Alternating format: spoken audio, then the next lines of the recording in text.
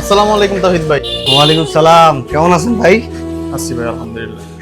শুনলাম আপনি নাকি প্রিমিয়াম কোয়ালিটির পাঞ্জাবির কাপড়ের লট কিনেছেন। হ ভাই, আলহামদুলিল্লাহ, আল্লাহ পাক মিলাই দিছে। একজন ব্যবসায়ী একটু বিপদে পড়েছিল, তা সেই স্বল্প দামে কাপড়গুলা বিক্রি করে দিয়ে গেছে। আসলে এই কাপড়গুলো অনেক মানে ভালো, খুবই চমৎকার। আসেন বসে কথা বলি, দাঁড়ায় কি বলতেছে। ভাই, চমৎকার একটা সুযোগ। বাজারে তো এই কাপড়ের ব্যাপক চাহিদা। আপনি একটা কাজ করতে পারেন, আপনার দোকানে যে দামি কাপড়ের স্টিকারগুলো আছে সেগুলো যদি আপনি এই কাপড়ের মধ্যে লাগিয়ে বেশি দামে বিক্রি করতে পারেন, তাতে আপনার দ্বিগুণ লাভ হবে। না কবির ভাই, সেটা আমি করতে পারবো না, কারণ আমি যেহেতু এই কাপড়গুলা কম দামে কিনতে পেরেছি, তো তাই আমার সাধারণ যে লাভটুকু আছে ওইটা রেখেই আমি ক্রেতাদের কাছে বিক্রি করবো। আরে তাওহিদ ভাই, আপনি তো ভীষণ বোকা। আপনি কি ব্যবসা করতে আসছেন না খয়রাতি করতে আসছেন? মানুষ তো আপনার কাছ থেকে এমনিতেই বেশি দাম দিয়ে কিনে নিবে। আপনি তো আর কাস্টমারকে জোর করছেন না, এতে অন্যায়ের কি হলো? ভাই, আপনি যেটা বলেছেন সেটাও সঠিক, তবে আমি কাপড়গুলো তো কম দামে কিনেছি। এখন আমি যদি বেশি দামে বিক্রি করি কাপড়গুলা, তাহলে কাস্টমারের সাথে অন্যায় হয়ে যাবে না?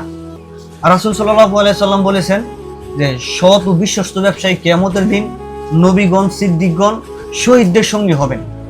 আমি সামান্য কিছু লাভের আশায় আমি এত বড় মর্যাদাকে হারাতে চাই না।